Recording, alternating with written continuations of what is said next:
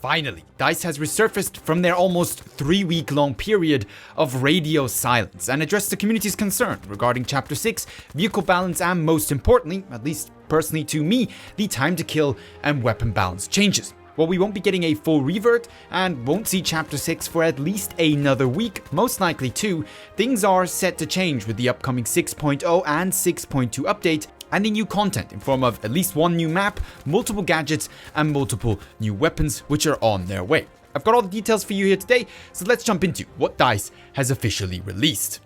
Starting off with Chapter 6 and Update 6.0. Expect details in the week before the update goes live, with the update officially not set to release next week. That means, of course, the earliest that we will be getting full details is next week for a potential release of the 6.0 update a week after that. The update will focus, unsurprisingly, on adding new Chapter 6 content, set to include a new map, likely of course the teased Solomon Island map, new weapons, many of which are likely those already data mined from the game files, and new gadgets. DICE of course has already confirmed that the lunge mine has been fixed and will be part of Chapter 6, however the reference here is to gadgets in the plural, and thus we should be getting at least one more gadget. My guess here is likely we'll get the introduction of the bazooka for the American faction. If you want a full rundown on all of the currently confirmed, data mined, and speculated Chapter 6 content we know of, I'll include a link to my recent video on the very topic in the usual places.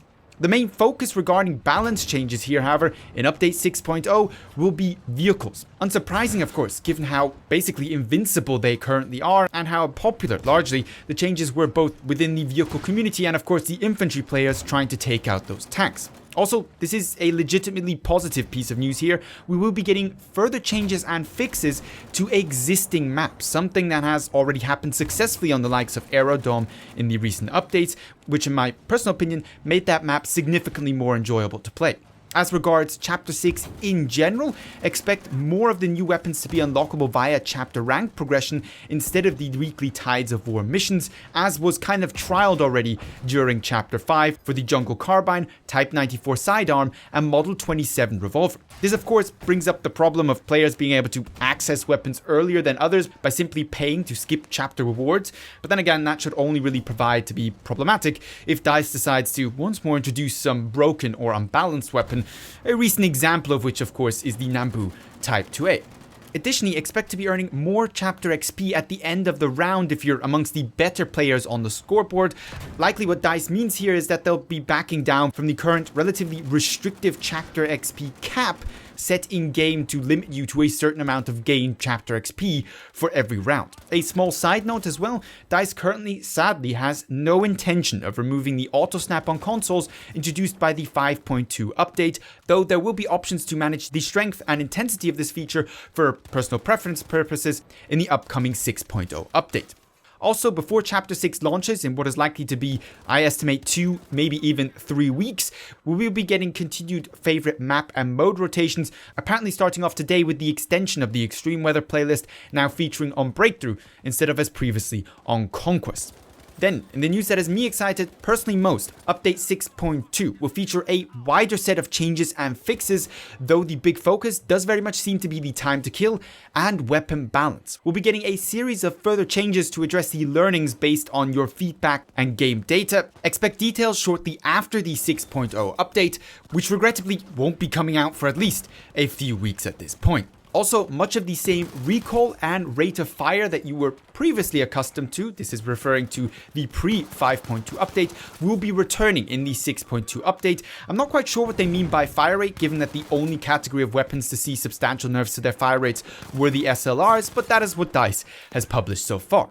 Also, while DICE will apparently still continue to operate a damage model that ensures weapons that are designed to be lethal in close quarter still do less damage beyond 30 meters than experienced during the 5.0 update, they will be making adjustments to the damage curves to ensure that damage drop-off doesn't feel as instant and severe. More range-effective weapons, such as the semi-autos and pistol carbines, will be seeing more significant adjustments to their range damage, and the same applies actually to MGs and ARs, which seemingly will be getting similar changes. To clarify here though, as Part Welsh has informed us, this is not a full revert though the 5.0 weapon balance is the baseline they are going from for these changes. Essentially, it does seem like they are going back to the drawing board here, largely leaving everything pre-30 meters as it was before the 5.0 update, including recoil and fire rates and of course damage models, and then introducing slightly more mild introductions to damage drop-off from that point onwards. Thus, we won't be getting our 5.0 time to kill back, medium and long ranges,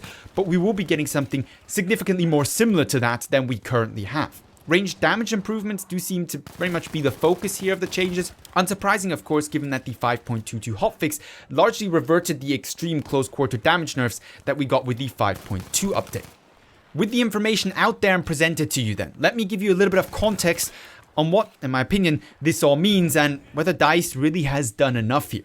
Now, they're definitely moving in the right direction, but I gotta be honest, they're not really communicating this very well to the community. The post includes statements such as, "We are continuing to expand and improve the game in future updates, and we improve the experience that players have when they are being engaged at long distances," in reference to the 5.2 and 5.22 patches. Very unpopular. DICE very much here seems to continue to be reluctant to admit that they made a number of mistakes with the recent changes to the game.